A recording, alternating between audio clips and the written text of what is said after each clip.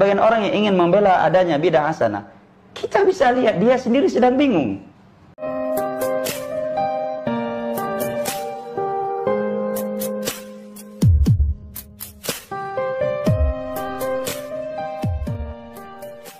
Assalamualaikum warahmatullahi wabarakatuh. Sebagaimana yang sudah kita tonton video sebelumnya, bahwa Ustadz Farhan Abu Furaihan mengatakan bahwa ahli bid'ah itu bingung. Pembela bid'ah hasanah menurut Ustadz Farhan Abu Furaihan itu sesungguhnya bingung sendiri dan membingungkan para jemaahnya. Hal itu dikarenakan menurut Ustadz Farhan Abu Furaihan, kebenaran itu milik Allah Subhanahu wa Ta'ala. Al-Quran itu benar, hadis itu benar, dan orang-orang yang ahli bid'ah melawan kebenaran Al-Quran, melawan kebenaran hadis, bahkan melawan Allah Subhanahu wa Ta'ala. Ya, seperti biasa, orang-orang Wahabi merasa mewakili Allah, sehingga orang yang beda dengan mereka dianggap bermusuhan dengan Allah, dianggap menyalahi Allah, dianggap menentang Allah Subhanahu wa Ta'ala. Namun demikian, kami tetap sepakat kepada ucapan Bapak Farhan Abu Furaihan bahwa ahli bid'ah itu memang bingung dan membingungkan. Pertama, hujjah ahlu bid'ah, orang-orang yang suka melakukan bid'ah itu nggak kuat. Yang kedua, sesama ahli bid'ah silang pendapat, berbeda pendapat, bahkan pendapatnya itu berbeda jauh, satunya memperbolehkan, satunya membid'ahkan. Dan contoh-contoh bahwa ahli bid'ah itu memang bingung dan membingungkan sebagaimana berikut. Ini ada sebuah tabel ya. Di sini memuat atau menjelaskan contoh-contoh bagaimana para ahli bid'ah seperti Wahabi itu bingung di dalam masalah fikhiyah antara bid'ah dan tidak bid'ah. Baik, ada satu Wahabi yang mengatakan oh tidak bid'ah. Ada Wahabi yang satunya bilang oh itu bid'ah. Nah, berikut ini penjelasannya. Yang pertama, masalah yang pertama, iqamatu majlis ta'ziyah listiqbalil muizzin thalathata ayyam. Mengadakan majlis ta'ziyah untuk menerima orang-orang yang ta'ziyah selama 3 hari. Nah, ini menurut Ibnu Utsaimin, menurut Albani, menurut Al-Fauzan itu bid'ah. Pekerjaan ini bid'ah, amalia seperti ini bid'ah. Tetapi menurut Bin Bas, menurut Jabran itu boleh, tidak bid'ah. Itu yang pertama. Kemudian masalah yang kedua, asya'ul walidain alladzi yasna'uhu ahadul aulad ba'da syahrin aw syahrain. Yang disebut dengan asya untuk kedua orang tua yang dibuat oleh salah satu anak setelah 1 bulan atau 2 bulan. Nah, di sini kalau saya baca di internet itu, asya'ul walidain itu juga bisa disebutkan gini. Di Saudi itu ada kebiasaan bahwa ada seorang anak itu memberi makanan kepada orang tua. Nah, di situ disebut dengan asya'ul walidain di bulan Ramadan. Ada juga yang mengatakan asya'ul walidain ini kayak sedekah ya. Sedekah kadang diberikan pada setiap hari Senin, kadang diberikan kepada setiap hari, setiap Ramadan, dan begitu seterusnya, disebut dengan asya. Nah, di sini asya'ul walidain ini menurut Ibnu Utsaimin itu bid'ah. Kalau bid'ah berarti sesat, kalau sesat berarti masuk neraka. Tetapi menurut Wahabi lainnya, Bin Bas, Jabran, Fauzan, itu enggak bid'ah. Masalah yang ketiga, takhsisu yaumil jum'ah li ziyaratil kubur. Mengkhususkan hari Jumat untuk ziarah kubur. Jadi ziarah kuburnya pada hari Jumat khusus. Nah, ini menurut Bin Bas, menurut Bin Utsaimin, menurut Fauzan, ini semuanya ulama Wahabi, Syekh Wahabi, mereka mengatakan itu bid'ah. Pekerjaan itu bid'ah. Tetapi menurut Jabran Ma'ataruddin ini masih bingung, masih poyang-paying. Nah, ini boleh ya, boleh tapi masih bingung. Itu Jabran. Masalah yang keempat, ittikhadu misbahatin litasbihi wadzikri. Menggunakan tasbih untuk membaca subhanallah dan untuk berzikir. Nah, di sini menurut Wahabi Albani dan Al-Fauzan, menggunakan tasbih adalah bid'ah. Sedangkan menurut Bin Bas, menurut Bin Utsaimin, menurut Jabran tidak bid'ah.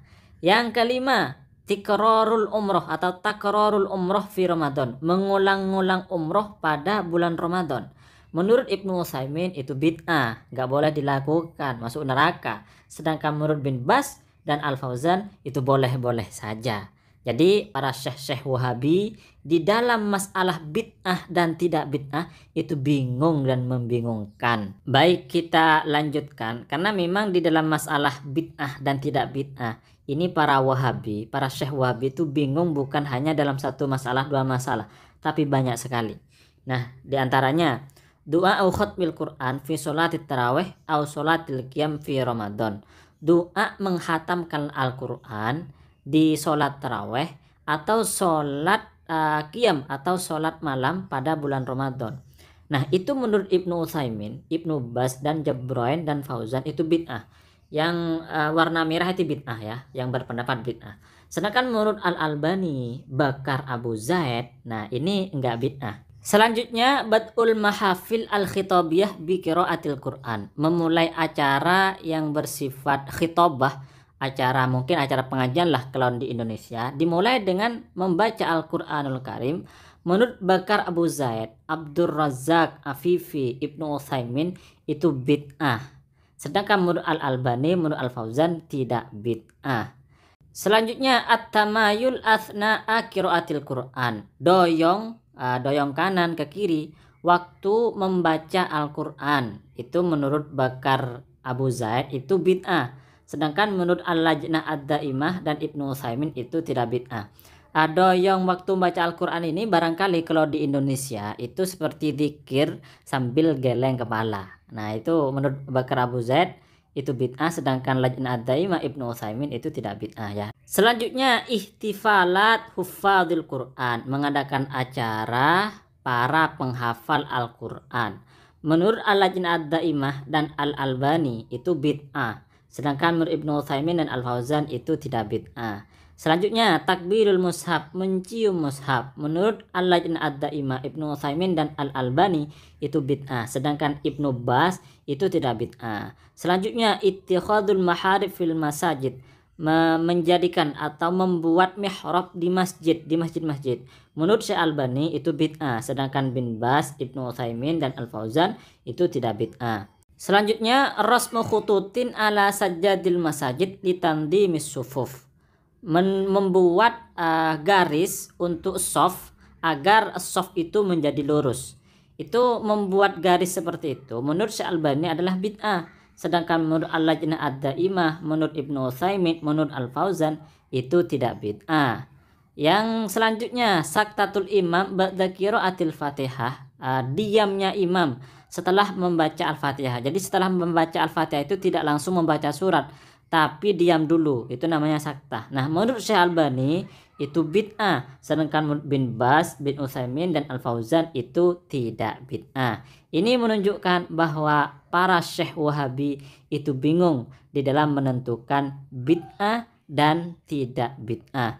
Jadi menurut syekh-syekh Wahabi, apa yang tidak dilakukan oleh Rasulullah Sallallahu Alaihi Wasallam, walaupun itu berupa ibadah, itu ternyata tidak langsung divonis oleh mereka sebagai amaliyah bid'ah. Baik, kita lanjutkan ya, biar kita paham di mana saja para syekh-syekh Wahabi ini yang berbeda pendapat di dalam vonis bid'ah dan tidak bid'ah, biar ustadz-ustadz Wahabi yang di Indonesia itu melek ya, biar mereka nggak gampang membid'ahkan amaliyah Ahlus Sunnah wal Jamaah, wong mereka sendiri berbeda pendapat di dalam memvonis ini bid'ah dan tidak. Baik, kita lanjutkan masalah berikutnya, yaitu qabdul yadaini ba'dar ruku, menggenggam kedua tangan setelah ruku. Menurut Syekh Albani itu bid'ah, sedangkan menurut bin Bas, bin Utsaimin dan Al-Fauzan itu tidak bid'ah.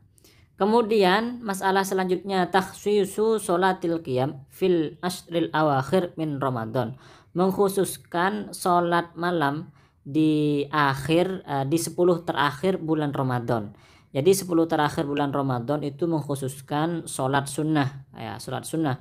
Maka menurut Ibnu Taimiyah itu bid'ah, sedangkan menurut bin Utsaimin, menurut Jabroin itu tidak bid'ah.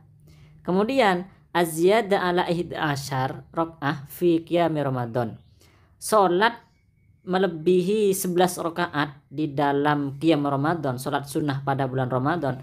Misalnya seperti taraweh ya, taraweh lebih dari 11 rakaat. Menurut Syekh Albani itu perbuatan bid'ah. Sedangkan menurut bin Utsaimin, bin Bas, Jabrain, Al Fauzan itu tidak bid'ah. Jadi mereka bingung lah, biarin mereka bingung. Kemudian masalah selanjutnya tatwilul lihyah ziyada alal qabdah, memanjangkan jenggot lebih dari satu genggaman. Menurut Syekh Albani itu bid'ah ya, melebihi dari satu genggaman itu bid'ah. Jadi ketika mendapat satu genggaman itu dipotong. Ya, yang lebih dari satu genggaman itu dipotong menurut Syekh Albani. Sedangkan menurut bin Utsaimin, menurut bin Bas, menurut Jabrain, menurut Fauzan itu tidak bid'ah. Yang selanjutnya at-tahni'a bidukhulil am al-hijri, mengucapkan selamat tahun baru Hijriah. Menurut Fauzan itu bid'ah, sedangkan menurut bin Bas, bin Utsaimin, Jabrain itu tidak bid'ah. Baik, selanjutnya tahri bidayatis sanah al-hijriyah lil hadits anil hijrah an-nabawiyah, mencari permulaan tahun hijriyah untuk berbicara tentang hijrahnya Rasulullah sallallahu alaihi wasallam. Jadi maksudnya berbicara tentang hijrahnya Nabi dari Mekah ke Madinah itu dihususkan pada tahun baru Hijriyah.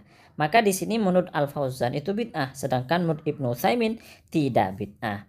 Masalah yang terakhir yang tercatat di sini al-qiraah fis shalah minal mushaf. Waktu sholat membaca Fatihah, membaca Al-Quran, membaca surat itu ternyata dari mushaf, bisa megang ya, bisa megang. Atau kalau di Indonesia itu seperti Ustadz Firanda itu megang lewat HP. Nah ini menurut Syekh Albani itu bid'ah dan sesat, berarti kalau sesat berarti masuk neraka. Sedangkan menurut bin Bas, bin Utsaimin, Jabrain dan Al Fauzan itu tidak bid'ah. Info lebih lengkap ya, referensi dari apa yang kami sampaikan, apa yang ada di infografik ini ada di dalam kitab Mafhumul Bid'ah karya Syekh Abdul Ilah. Maka dari pemaparan tadi bisa kita pahami bahwa apa yang disampaikan oleh Ustadz Farhan Abu Furaihan itu memang benar, bahwa ahli bid'ah itu bingung. Ahli bid'ah, menurut kami ahli bid'ah yang seperti Wahabi itu memang bingung, dan buktinya udah banyak, udah kita tampilkan sebelumnya. Nah, di antara kebingungan ustadz-ustadz Wahabi yang ada di Indonesia itu mereka berkata begini, bahwa beramal itu harus ada dalil khusus. Misalnya membaca surat Yasin pada malam Jumat, itu harus ada dalil khususnya yang mengatakan bahwa dianjurkan membaca surat Yasin pada malam Jumat ya, gitu, harus ada dalil khususnya.